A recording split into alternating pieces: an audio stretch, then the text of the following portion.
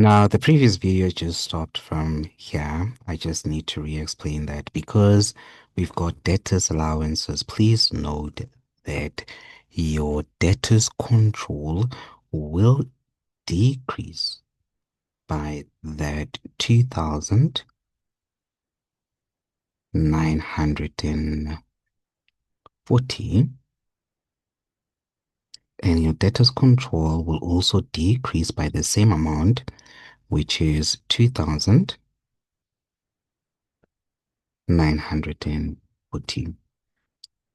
And you will have to find the cost price of that 2,940, which will be that 2,940 multiplied by 100 and divided by 100 plus the markup. And the markup here is 50%, which is given to you over there. Put this into your calculator. It'll give you 1,916. It'll just give you 1,960. You will get 1,960, which is the cost price. So you will have to reduce your cost of sales by that cost price, which is 9,916. Your trading stock will, however, increase by that amount because that is stock that was returned to us. So we are going to have more stock, which increases at cost price of 1,960. Okay, that is the first part. All right.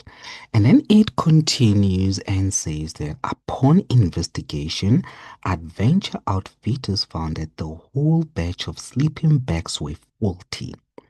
The whole batch, which included this recent return valued at 25,000, was returned to the creditor.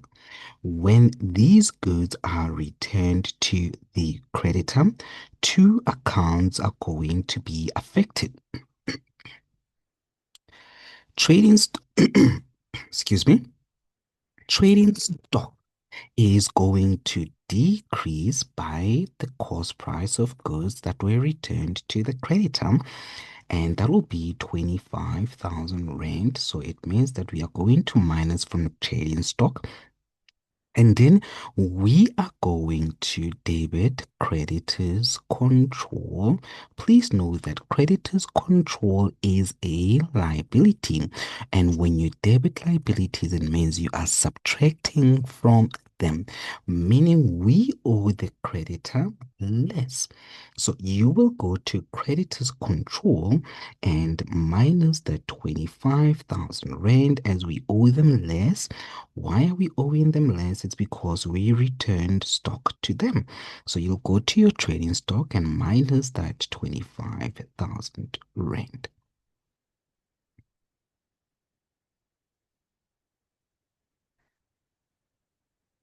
That is number 10. Let's go to number 11. We need to provide for depreciation as follows.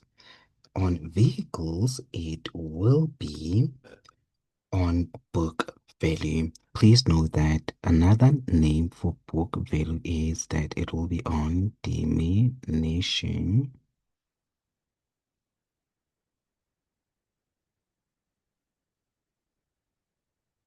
It'll be on diminution balance, or it'll simply be on carrying value.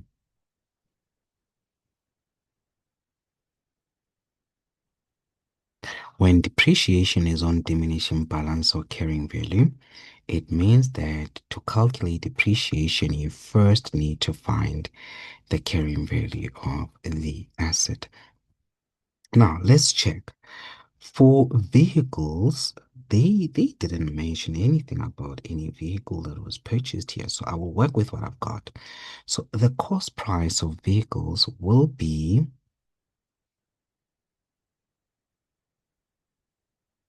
okay, this is adjustment number 10. I'll just create some working space for that over here.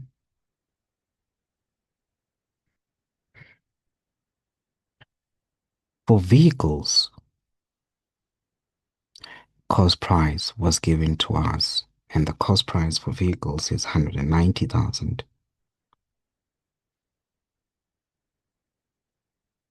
Accumulated depreciation was also given to us, and accumulated depreciation on vehicles will be 166,000,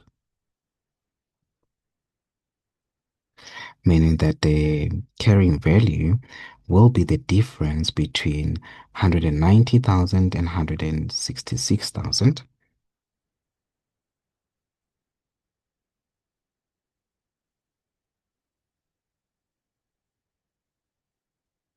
It'll give us 24,000. Because there was no vehicle that was purchased, to calculate depreciation, you will simply take that 24,000 and multiply it by the depreciation rate of 20%. And then multiply it by 12 over 12 because these vehicles were used for the entire year. That will give us our depreciation. Let's check how much that will be. It'll be 24,000 multiplied by 20%. That'll give us 4,800. Normally this you will add it to depreciation, or you will add it as depreciation in trade, and not even trade, in your tangible assets note. But we do not have note number 3 here. So what we are going to do is to add it as depreciation under operating expenses.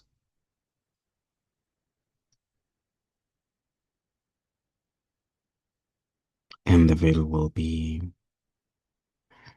4,800.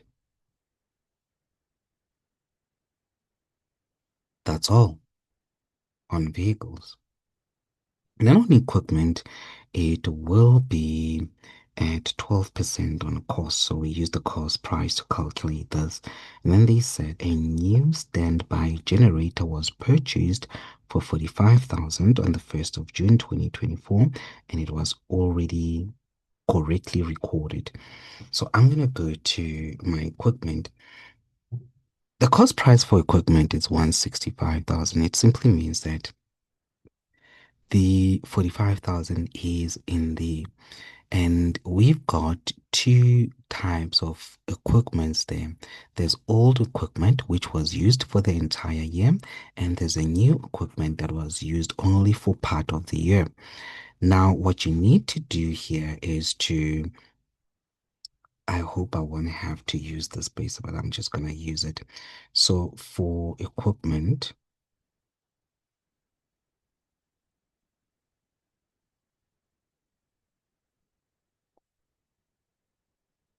it'll be between the old and the new. We know not that the cost price of the new is 45,000.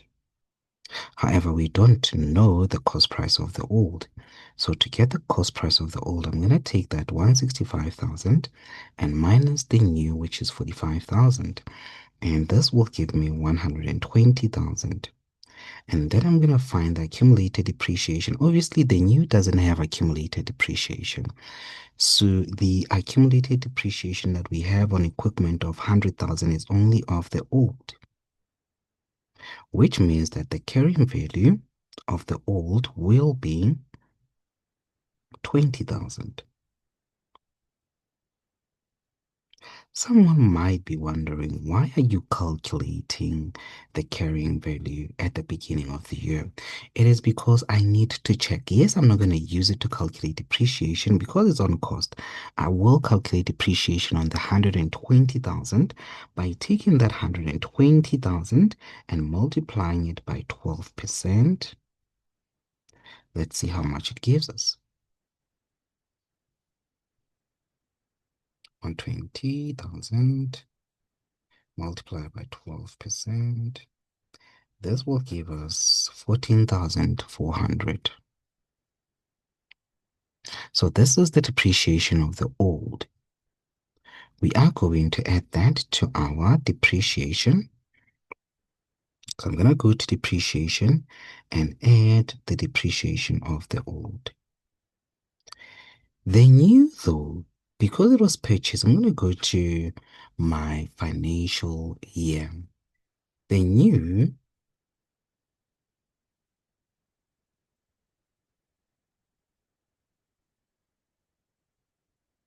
okay, where's my financial year here?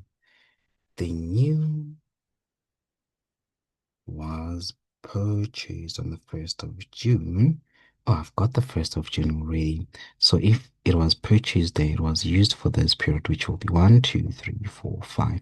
So it was used for 5 months. So I'm just going to take the cost price, multiply it by 12%, and then multiply it by 5 divided by 12. It'll give me depreciation for the new. Let's check, it's 45,000. Multiply by 0.12, multiply by 5, divided by 12. It'll give me 2,250, which is the depreciation of the new. And I will add that to my depreciation, 2,250. Then you can get your depreciation.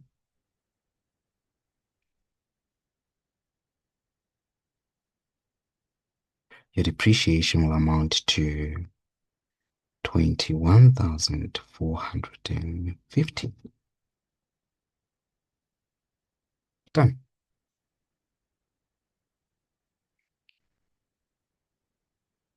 Okay.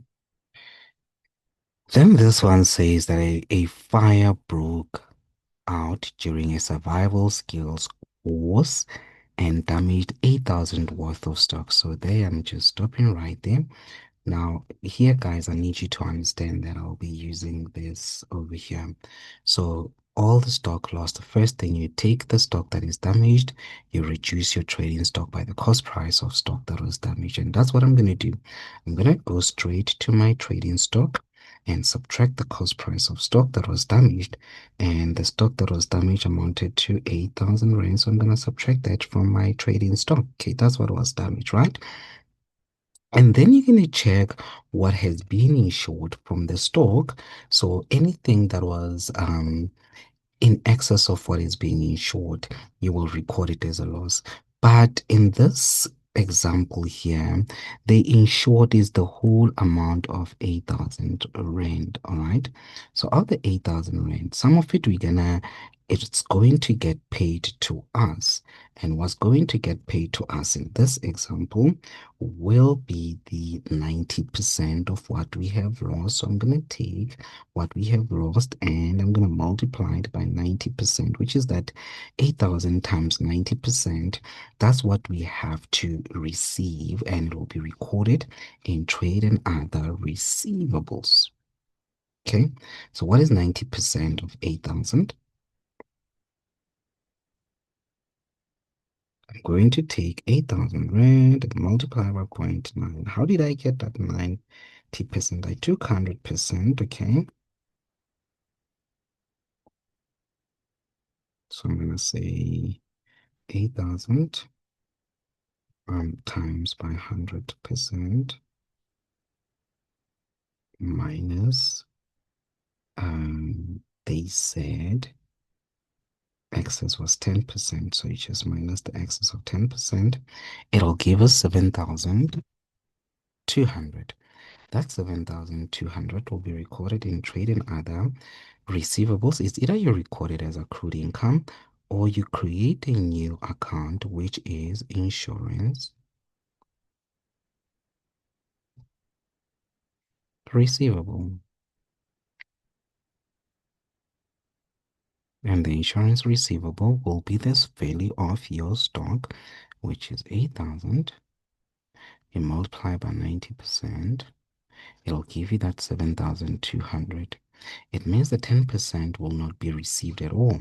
That 10% that we will not receive at all, you will write it here as loss due to, let me see how we lost the stock. It is due to fire or damage of which it was 8,000 Rand. You multiply it by the excess of 10%. So the excess is the loss. It is what you will not get back from the insurance company. So you will take that 8,000 multiplied by zero point 0.1. It'll give you 800 Rand, which will be your loss due to fire. Okay, so that is done. That is done. Now, a customer paid for a survival skills course during October, which is 1,500.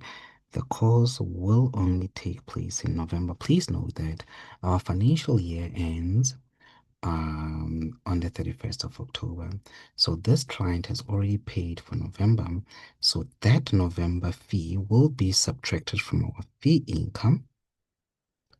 And the amount is 1,500. And that qualifies because we have already received it.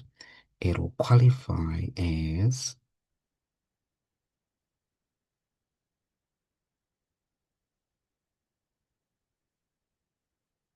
income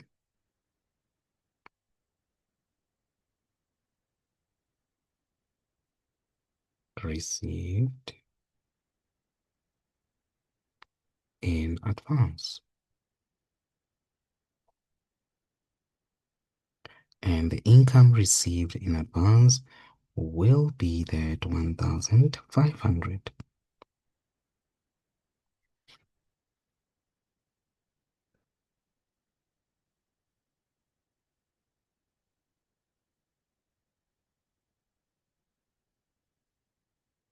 All right, let's move on. Once I've recorded that, it is actually done. And then they say to us here, trading stock will amount to this. So this is the physical stock count. And according to the physical stock count, our trading stock will be 250,360. I'll just go to my trading stock and close it. It will be 250,316, which makes me close the stock to find the total. And the total for this, how much will it be? It will be 80,420 plus 3,000. Wait, what am I doing here? This is not trading other. This is trading other.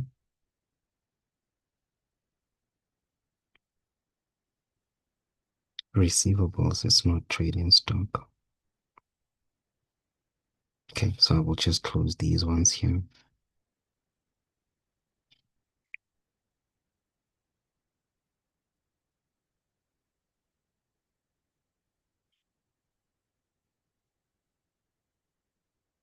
So it will be 291,020 plus 1960 minus 25,000 minus 8,000.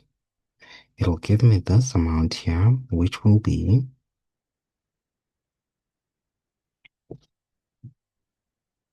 260,060 and 80.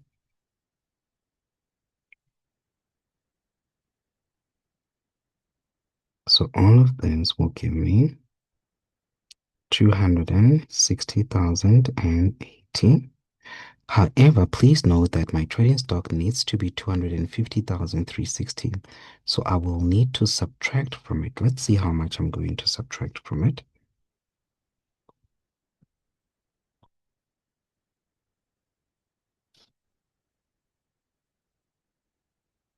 So it means that I will have what we refer to, because I'm subtracting from my trading stock, this difference we call it trading stock deficit. And trading stock deficit will be recorded as an expense, and you will record it as such.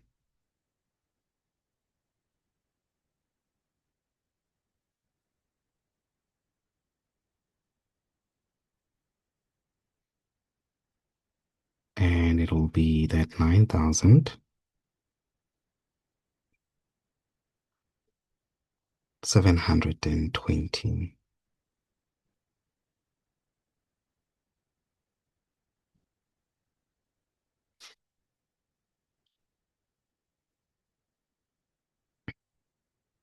When it comes to consumable stores on hand, the on hand will go to inventory. We write it as consumable stores on hand, and it will be that 2,380. And then you're going to go to the consumable stores on hand and minus that, which is 2,380. You subtract what has been unused so that you're only left with the used. So to get the used, you will simply take that 22,000 and minus 2,380. It'll give me 19,620. This represents what has been used. Okay. Because we are done here, it means that we can't even take into account stationery. That will be question 2. So you might as well close that as well. Let's see how much we get. It's 11,200. We minus 500. It gives us 10,700.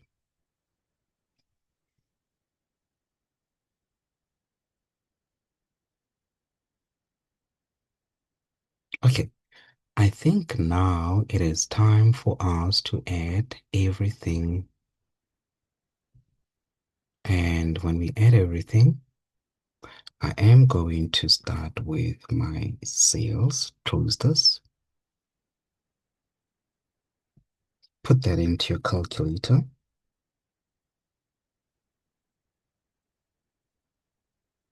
It is 1,420,000 minus 31,940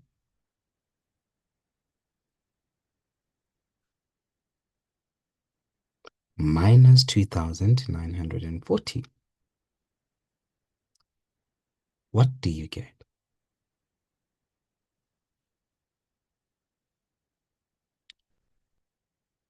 You will simply get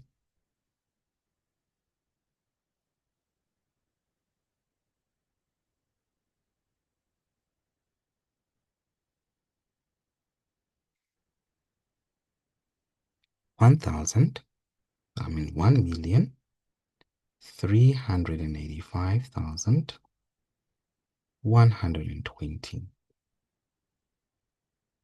Cost of sales will be 738,014.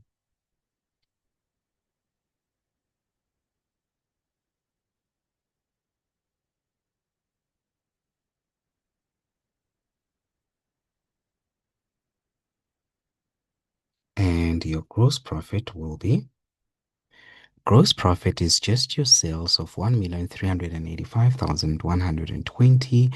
You minus 738,040. That'll give you 647,080.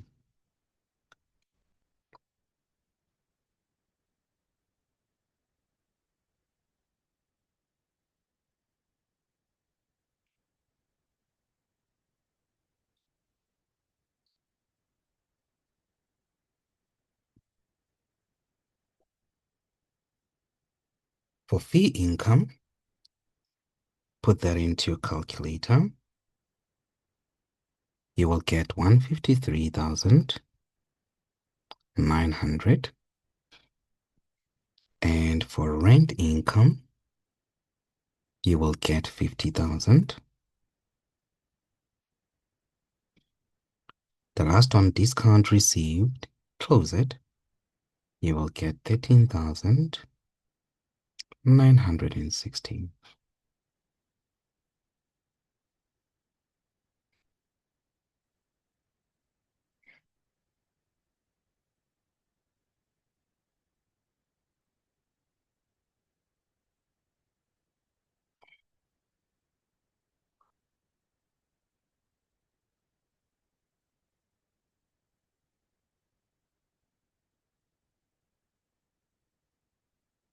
Discount allowed will be 6,274. And bad debts, close it.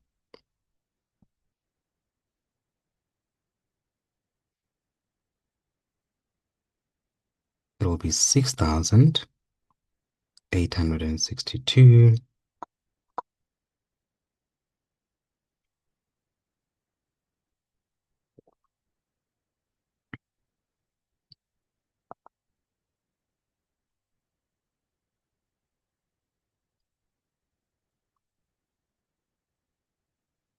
And for consumable stores, actually for telephone, 22,800 plus 1,000.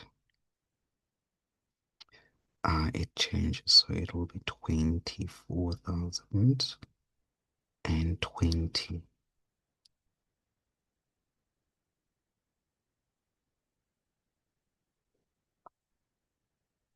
This one will be 22,000.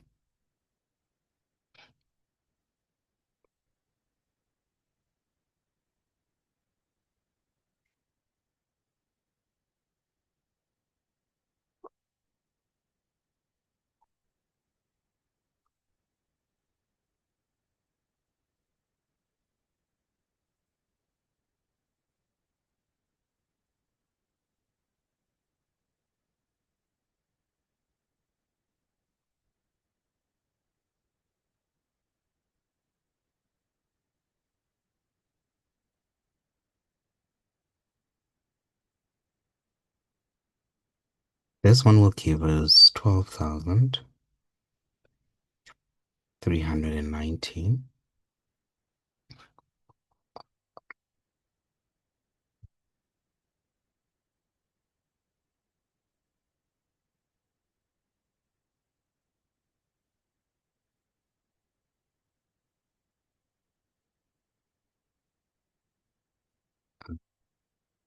Why is my interest expense not in brackets here? Okay, let's see inventory.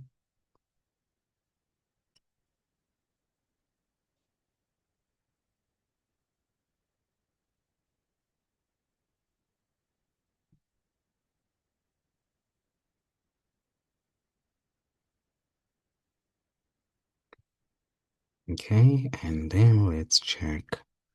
For debtors control, we will simply minus the entire thing. Okay, actually we're not minusing it because we were reversing here. So that will be plus and minus that, minus that, minus that.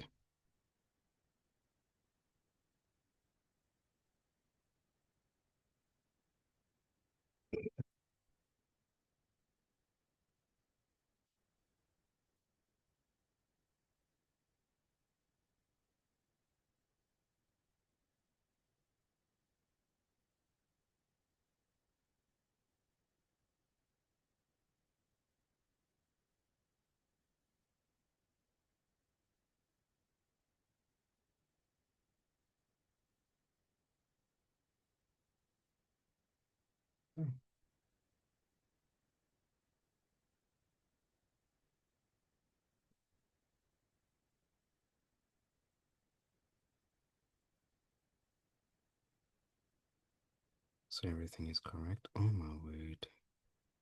This thing erased everything here. It was 3,200 if I'm not mistaken, and we close this.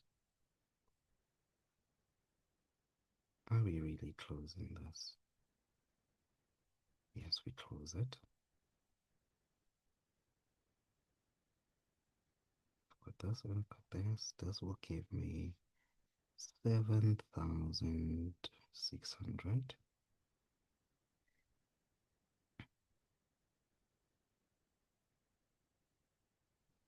And then my prepaid will just be that 500.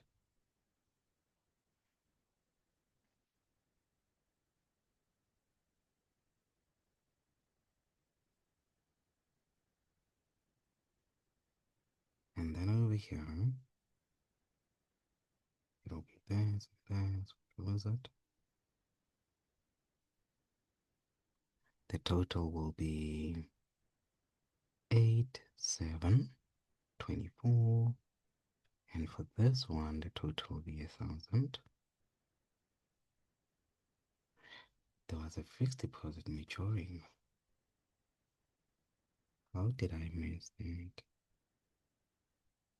And I remember seeing it for fixed deposit. It was on fixed deposit. Oh, I missed this. How did I not read the entire thing?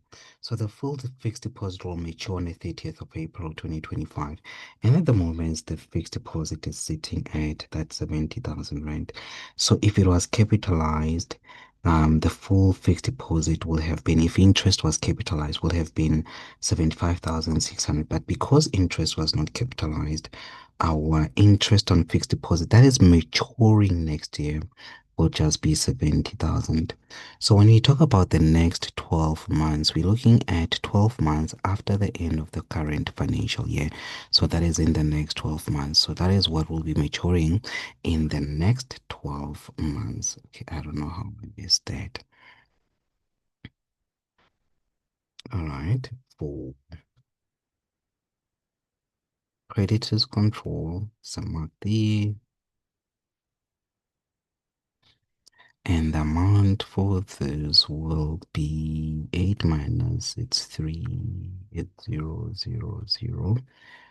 And then 4 minus 2 is 23. And then this one we close it, it'll be 1,220. Let's see how we mark this.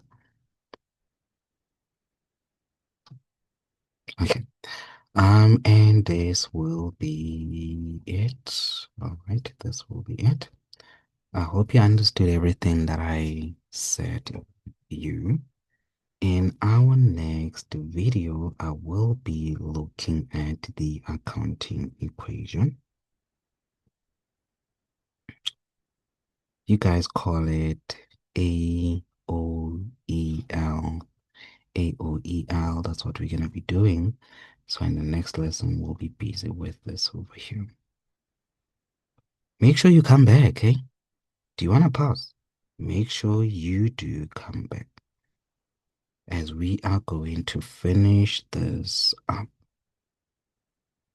Thank you for watching. Thank you for your continued support. So